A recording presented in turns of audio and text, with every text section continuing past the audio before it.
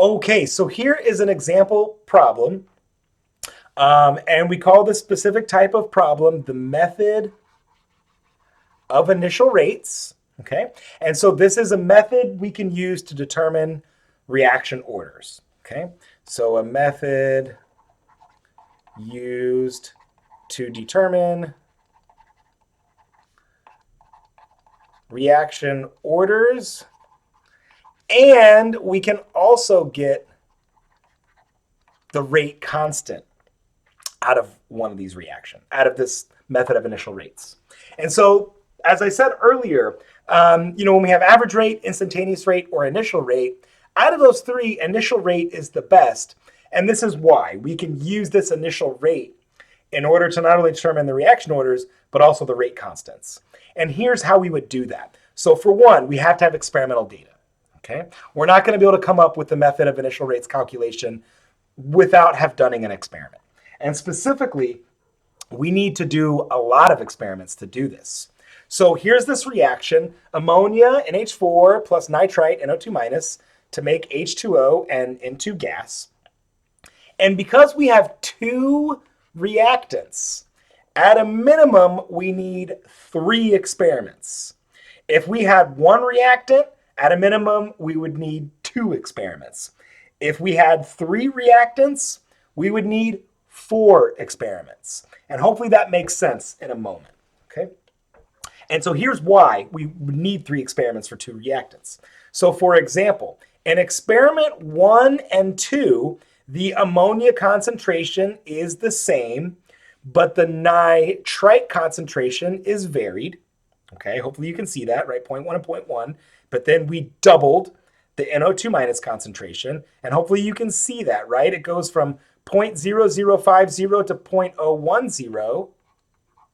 So it doubled. Okay. And this didn't change at all. So no change. But now, if you look at experiment 2 and 3, for example, I should write that. So no change. But now, if you look at what happened with experiment 2 and 3, we held the nitrite fixed, okay? But now the ammonia was doubled. So that's why we need 3 experiments at a minimum for 2 reactants so that we can vary their concentrations in this systematic way, okay? And now I'm going to kind of demonstrate a longer way to do this, and then I'm going to demonstrate an easier way to do this. So the longer way to do this would be to take a set of data, okay? So for example, perhaps experiment 2. So I'm going to say rate from experiment 2. So we'll just say rate 2. And we know that that all has to equal K. It's always going to equal the rate constant K times the reactants, NH4 plus, and I'll say that's raised to maybe the X power, and then times NO2 minus, and that's raised to the Y power. And what I can do is now divide this by another set of data. So perhaps rate number 1, and then that's going to be the same thing here. But now I recognize for this top line, I'm going to be supplying the data from experiment 2, and this bottom line, I'm going to supply the data from experiment 1. So let's do that. So the initial rate from experiment 2 was 2.70 times 10 minus 7. I'm going to drop right in the units just for ease. And then that's going to be times K. And then now my initial ammonia concentration is 0.100 raised to the X power. And then my NO2 minus concentration is 0.010 raised to the Y power.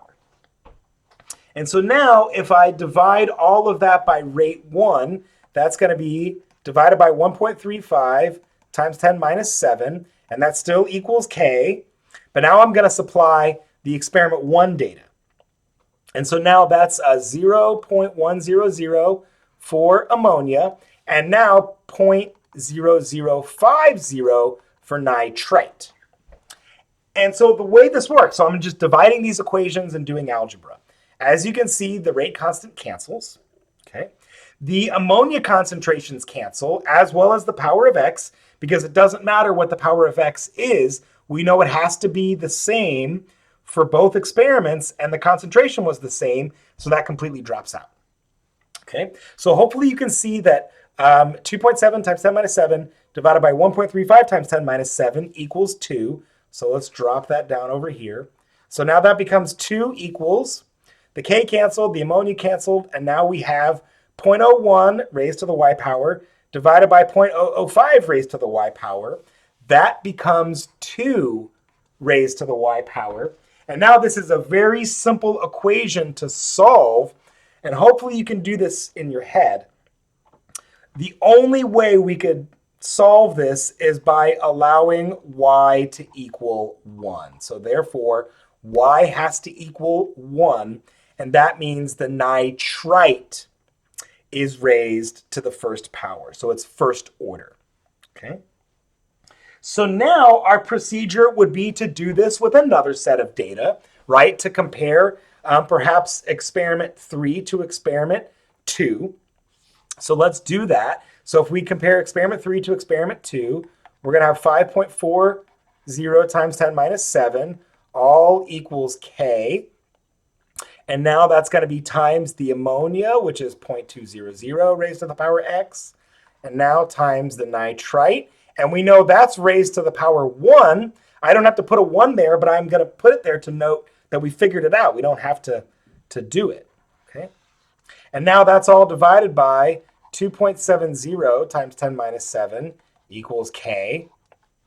And now we can see the ammonia concentration changed, but the nitrite concentration did not. So the K cancels, the nitrite cancels, and now 5.4 times 10 minus 7 divided by 2.7 times 10 minus 7 is also 2. So now that becomes 2 equals, and then now we have 0.2 raised to the power x divided by 0.1 raised to the power x, and that also becomes 2 raised to the power x. So you can see x has to equal 1. Therefore, we know that this rate is just simply K times NH4 plus times NO2 minus, which with each reactant being raised to the first power. So this is a second order reaction overall, meaning if I increase both of them by 2, the rate of the reaction increases by 4. Okay. On the other hand, if I only increased 1 by 2, then the rate raised by 2. And hopefully you can see that with each one of these data sets. Okay, each time this went up by 2. So the fast way to do this is just by simply comparing these rates and concentrations, right? Noting, for example, in experiment 2 and 1, when the ammonia was fixed, the rate doubled, and the rate doubled because nitrite doubled the rate. So it has to be raised to the first power. So now when you look at experiment 3 and 2, you can see nitrite is fixed, so it doesn't affect anything. But when the ammonia was doubled, the rate doubled. So that means the ammonia also has to be raised to the first power. So again, we could see that the rate would be K times ammonia times nitrite, each raised to the first power, meaning a second order reaction overall. Okay, in the next set of videos, we're going to get even further down the rabbit hole describing what these reaction orders are and what they mean.